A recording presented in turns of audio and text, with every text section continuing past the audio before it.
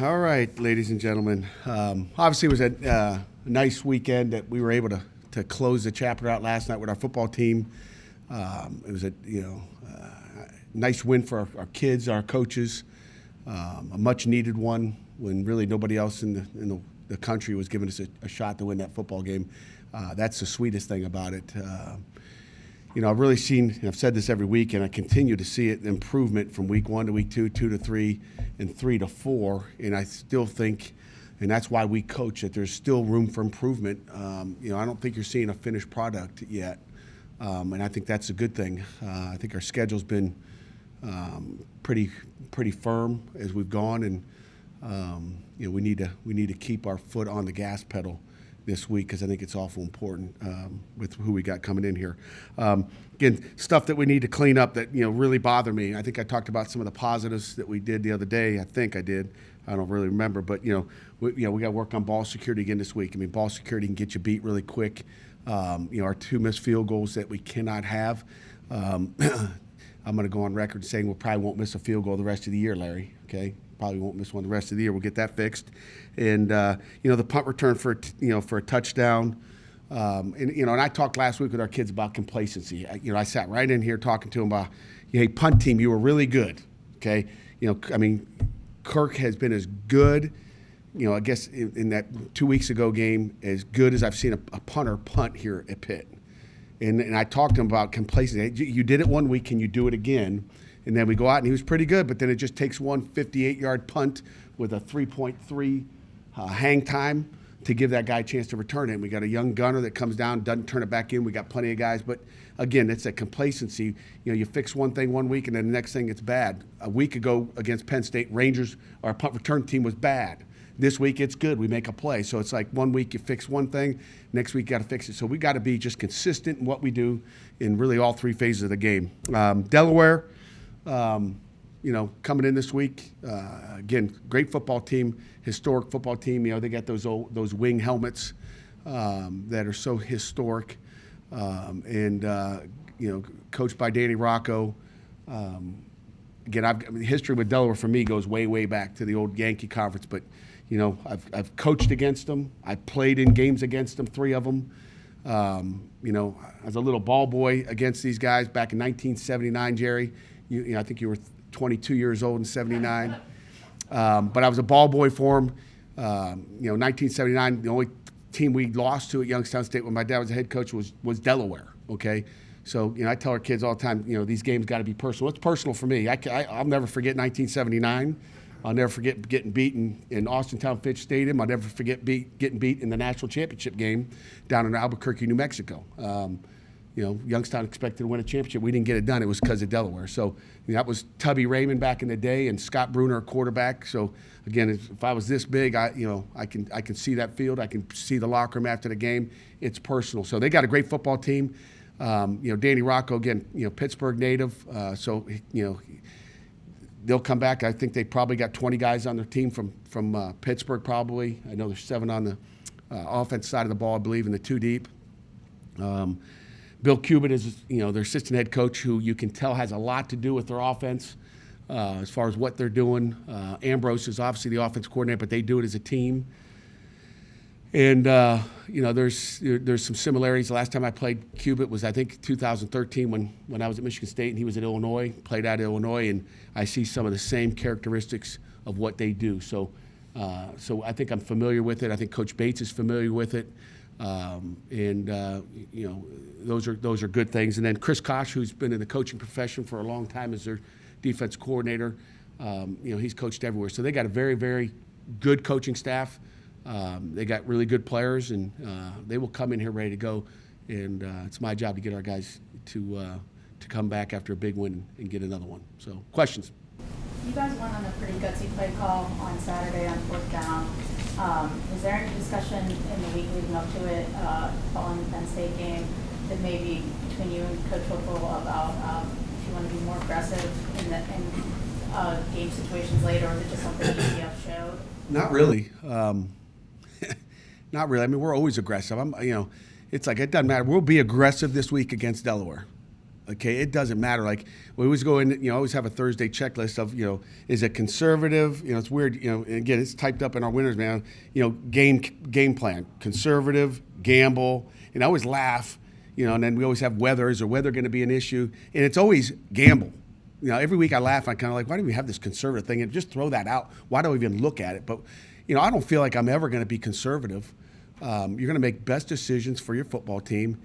I think, again, go back to that Penn State game. I mean, the 4th and 1 that, we're afraid what defense are going to be in. And that's a gamble, especially where you are on that field. I mean, we don't get that one. You guys are screaming, going, and then they score a touchdown on that drive. It's like you just lost a game, But, we're gambling all the time. Every play's a gamble.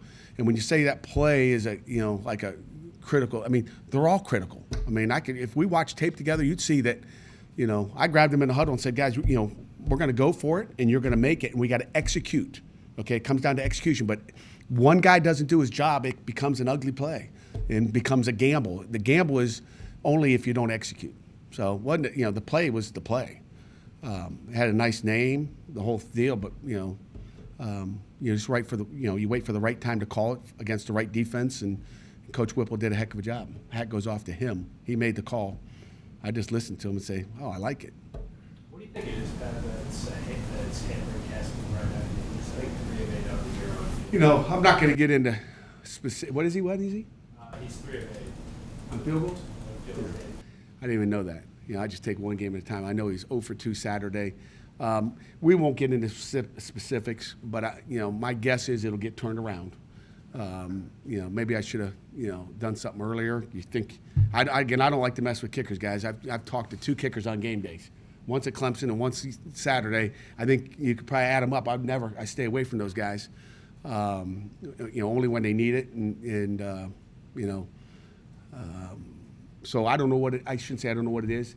I know what it is. I won't discuss it, but I think it'll get fixed. What did you say to him after the second miss?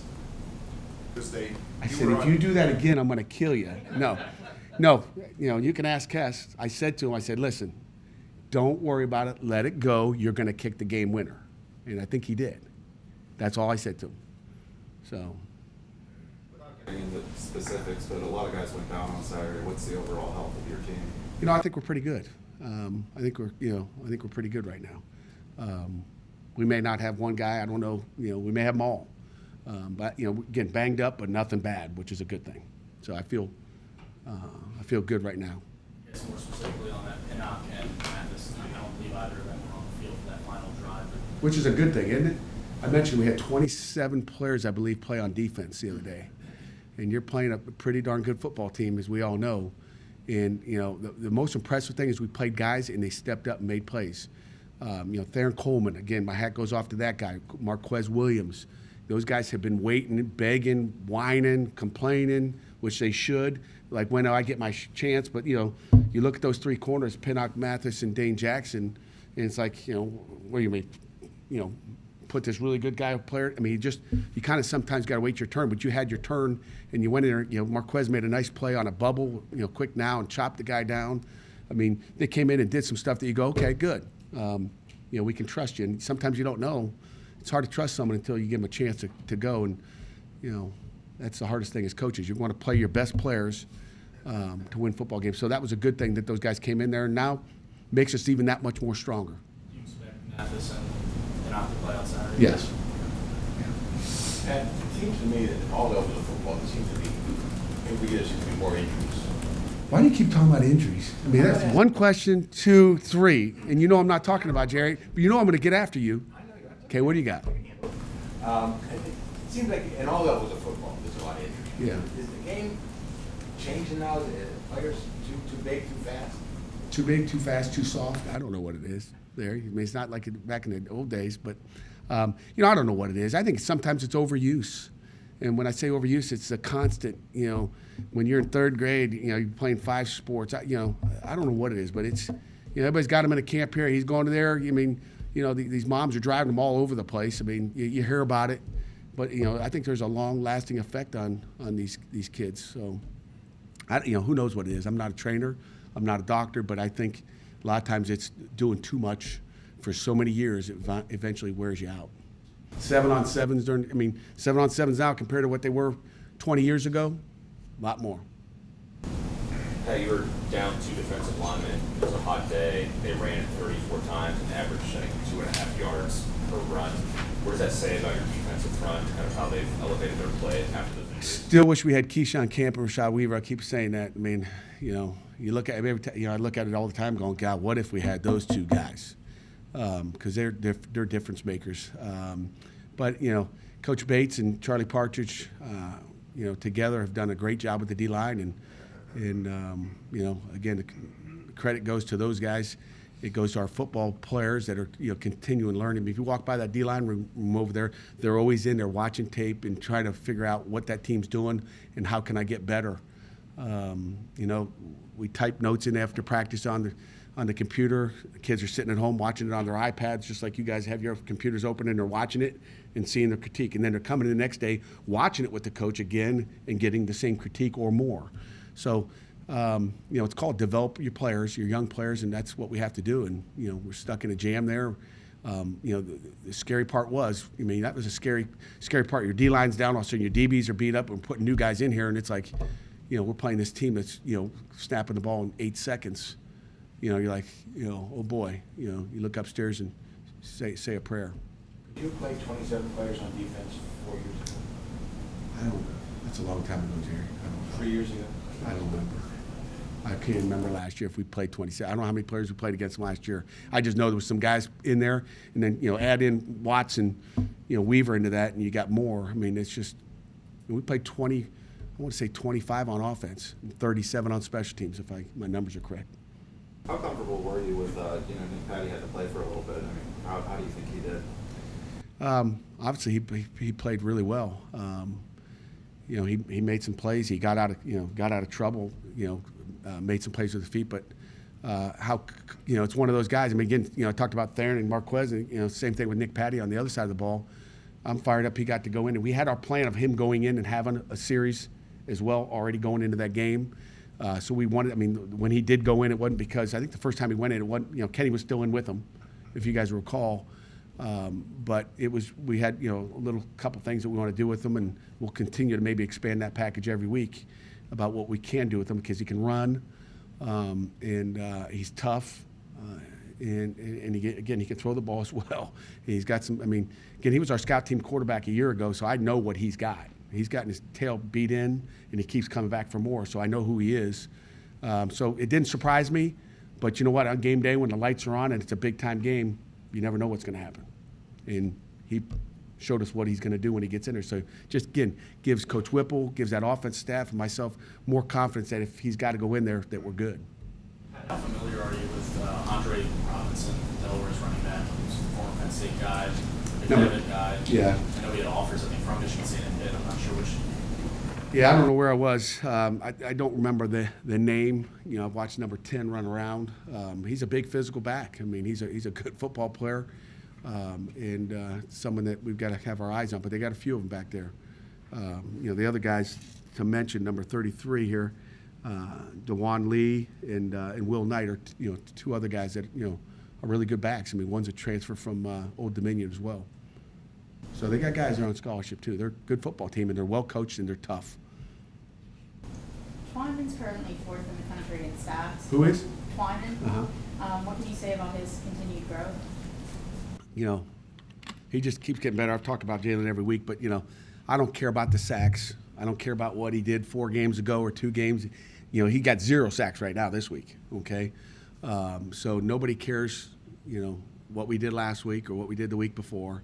Everybody cares about what we're going to do this Saturday at 12:30, and I want to see him get another sack. So. We'll look at all those stats, and I have no clue where he was. Thanks for telling me. I don't care, but it doesn't matter. Where's he going to be at the end of the year? If he's number 1 or 4, that's good. If he's drops because he's look. I hope he doesn't know that. That's why I hate these phones. These phones right here. I'm going to try to maybe tell our team I'm going to maybe see if I can buy them all flip phones. They can't even look at anything. Just a flip phone. They can just. Call mom, call your girlfriend, but you can't go on the internet, can't go on Twitter. It's a good thing. You care, another stat you might care about. You're second in the nation in passing, 180. We're second in the nation in pass attempts. No wonder we're not running the ball very good, Jerry. You don't run it, you can't gain yards. Is that a stat you like or you prefer or less?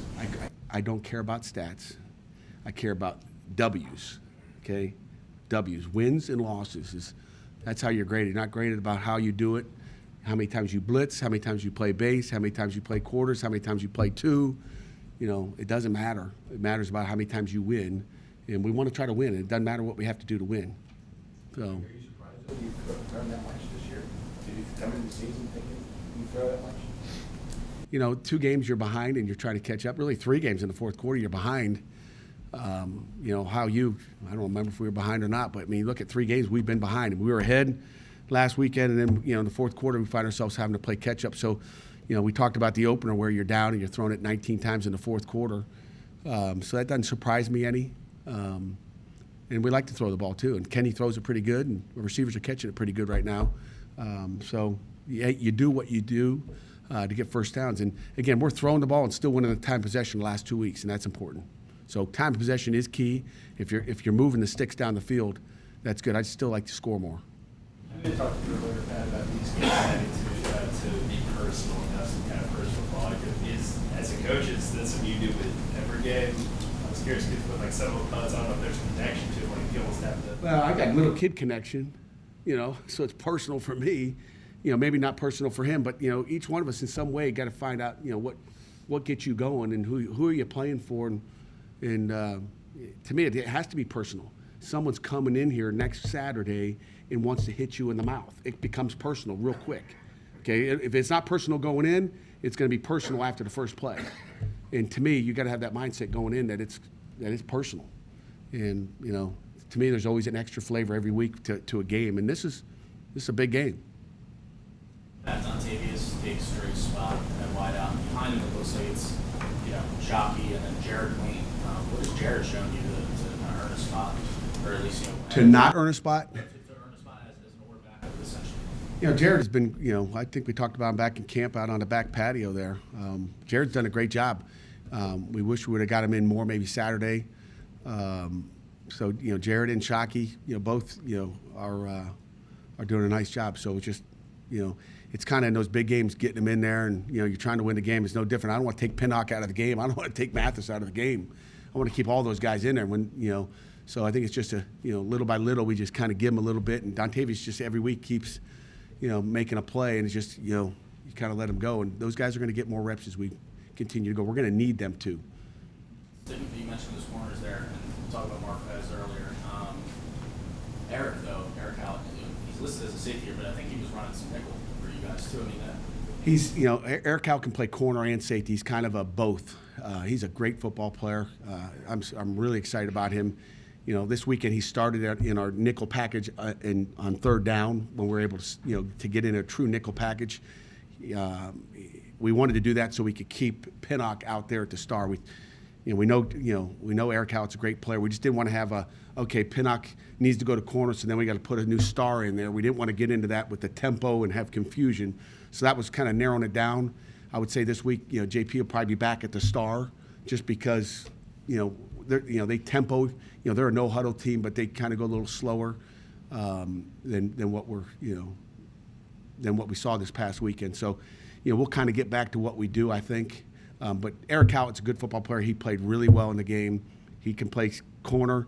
He can play star. He can play safety. We move him around. You could say he might be the third or fourth corner if we could afford to put him in there. We thought it was really important to have him in the safety position last week and play. You know, we wanted to give DeMar was going to need a blow, and we wanted the best cover guy we could on that number 2 receiver, and that's why we had him in there. We were able to press our slot receiver, a little bit as far as the game plan goes, with our field safety. On that block punt, was there something you saw, or did Aaron Matthews just go out and make a play? Aaron made a play, but there was something we thought. We thought we could get after it, but we do every week. You know, I laugh at Andre Powell, you know, who does a great job in special teams. I think we can really get him this week. I'm like, hey, last week you said we could get him, and you didn't get a block. And, you know, you'd like to have one every week, but every week we think we can get one. And every week we're going to have a block, and we're going to have a return in of some sort that we try to go after him. But, you know, he did a great job making a play, and then Wendell scoop and score. And Aaron Matthew came back and got a nice block to get him in the end zone too. Did your offensive line take significant strides? I think, again, yeah, they did. I think we had 3 winning performances on the offensive line, 3 out of 4. I think our inside guys are really good. I'd like to see our tackles be a little bit better, but winning performance, you know, we won. So the O-line played well, and again, I think every week we'll get a little bit better at that position as well. You're scared at all when Aaron went airborne there on the first round? No. Scared? No. You know, he's good. Then what I get scared about is that guys after that thinking, let me go jump too, because as a defensive guy, you jump, I'm going to get you, you know. And you saw the helicopter last week. I mean, you know, you can't do that all the time. So that's you do it, but don't do it all the time. He wanted to, because they see it and they go, oh, that was good. And everybody goes, woo! Okay, so then they want to get an ooh. And then sometimes the ooh is like, it's not so good.